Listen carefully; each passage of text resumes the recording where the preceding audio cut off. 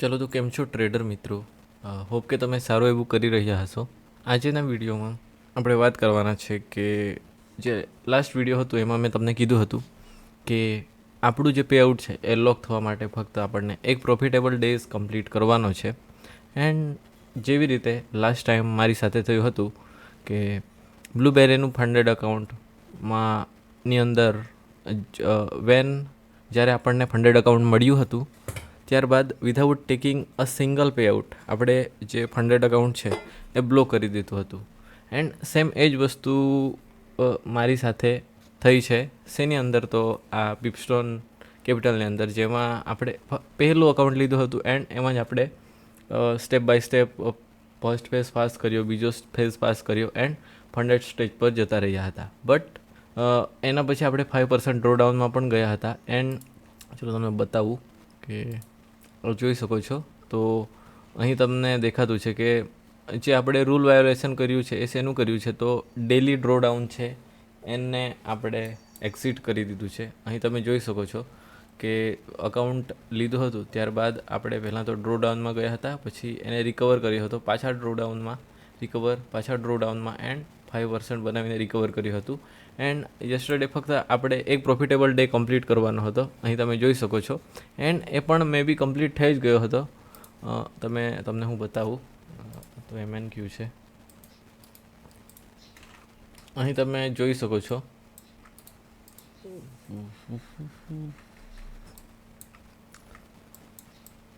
અહીં તમે જોઈ શકો છો કે જે માર્કેટ છે એણે અહીં એક શાર્પ અર્લી એશિયામાં નીચેની ડાયરેક્શનમાં જઈને અહીંથી આપણને થોડું રિટ્રેસમેન્ટ આપ્યું હતું. સો મને એવું હતું કે જે 4 આવર છે, 4 આવરમાં માર્કેટ કન્ટિન્યુ કરશે. સો ઇઝીલી જે 0.5% છે, જે 5Kનું અકાઉન્ટ હોય છે એમાં $25 જેટલા બનાવવાના હોય છે.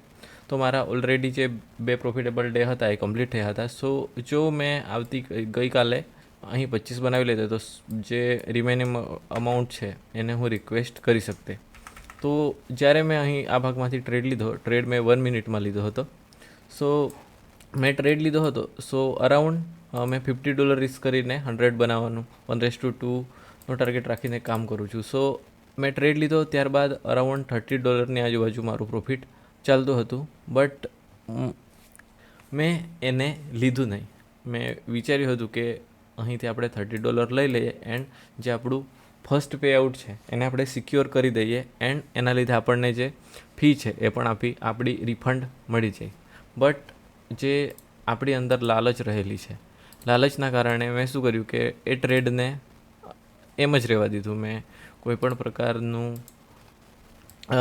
પ્રકારની કોઈ મગજમાં કોઈ વસ્તુ કરી નહીં એન્ડ એને એમ જ રહેવા દીધું. એન્ડ ત્યારબાદ માર્કેટ થોડું નીચે આવ્યું એન્ડ ઉપર જતું રહ્યું એન્ડ મારો $50નો લોસ થઈ ગયો. સો આ આપણો પહેલો ટ્રેડ હતો. એન્ડ જ્યારે આ ટ્રેડમાં આપણને લોસ થયો તો એના કારણે શું થયું કે આજે તો આપણું પે આઉટ લોક થવાનું છે એન્ડ જે આપણને છે એ પહેલો લોસ થઈ ગયો. સો મેં જ્યારે માર્કેટ જોઈ શકો છો તમે કે આવી રીતે ઉપર ગયું એન્ડ માર્કેટે પાછી આ એક કેન્ડલ બનાવી. સો આ ભાગમાંથી એક બીજો ટ્રેડ લઈ લીધો એન્ડ આ ટ્રેડ લીધો એમાં પણ સેમ એ જ વસ્તુ મેં કર્યું હતું. એન્ડ એનાથી શું થયું કે સેમ એ પણ થોડું નીચે આવ્યું એન્ડ ઉપર જતું રહ્યું. સો આમાં મને બીજો લોસ થઈ ગયો. સો અરાઉન્ડ મને $100નો લોસ થઈ ચૂક્યો હતો. સો આગળ માર્કેટ મૂવ કરે તો મૂવ કરતાં ફરીથી આની આજુબાજુ મેં એક ટ્રેડ લીધો. આવી રીતે મેં 4 ટ્રેડ લઈ લીધા હતા. સો એકચ્યુઅલીમાં ઓવર ટ્રેડિંગ છે, આવું ન કરવું જોઈએ. બટ મારું પે આઉટ આવવાનું હતું એના કારણે જે લાલચ આપણા મનમાં આવતી હોય છે એના કારણે મેં અરાઉન્ડ 4 ટ્રેડ લઈ લીધા હતા. સો હવે વસ્તુ એ થઈ કે હવે જે 4 ટ્રેડ લીધા એની અંદર મેં 50-50 એવું કરીને જે $200 છે એ $200 મેં લોસ કરી દીધો હતો $200નો. સો અત્યારે જે રિમેનિંગ અમાઉન્ટ હતું એ $50 હતું.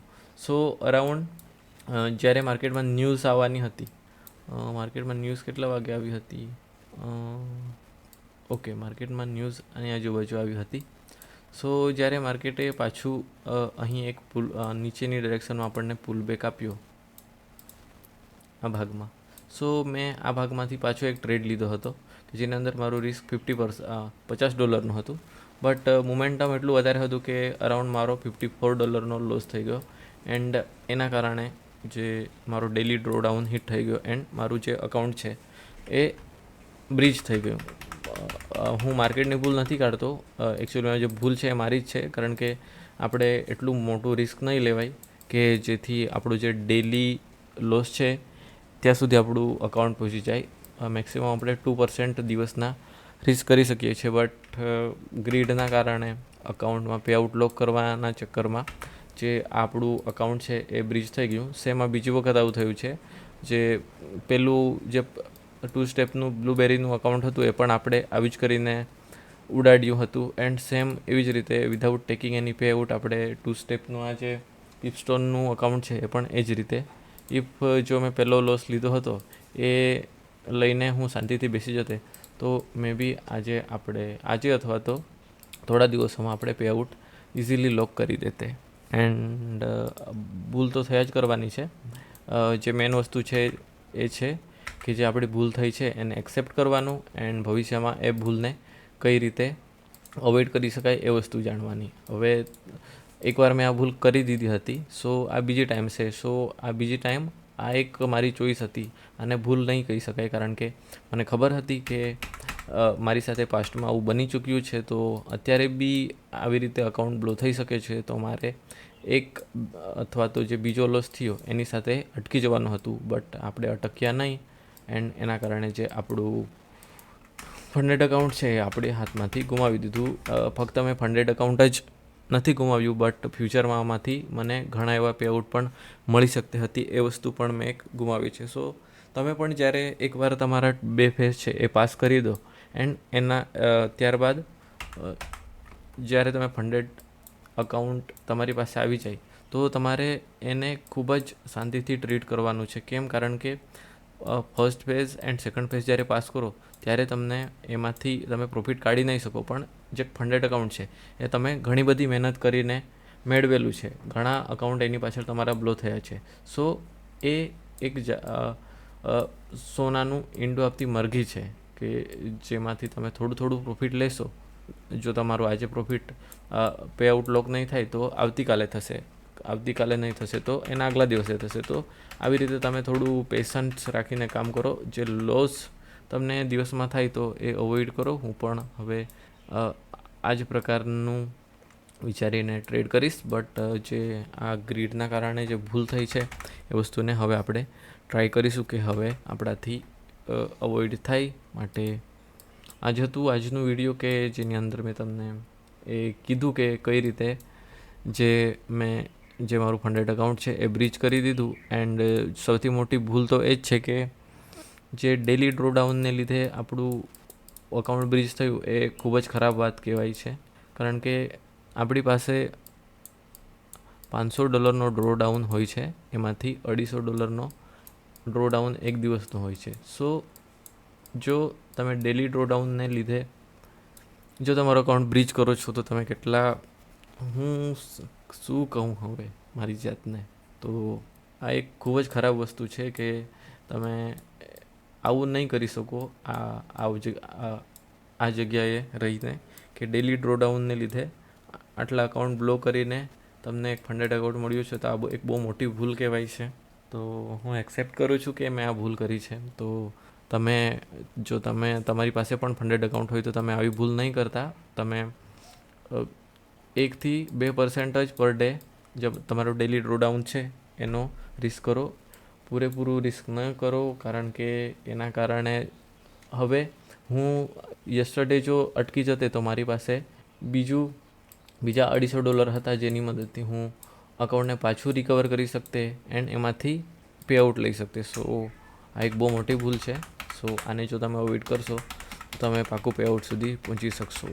તો મારી જેમ તમે પણ આ ભૂલ નહીં કરતા. ફંડેડ અકાઉન્ટને એકદમ સાચવીને ટ્રેડ કરો તો જ તમે ફંડેડ અકાઉન્ટમાંથી કન્સિસ્ટન્ટલી પે આઉટ લઈ શકશો. નહીં તો મારી જેમ તમે પણ વિધાઉટ ટેકિંગ એની પે આઉટ તમારું અકાઉન્ટ બ્લો કરી દઈશો.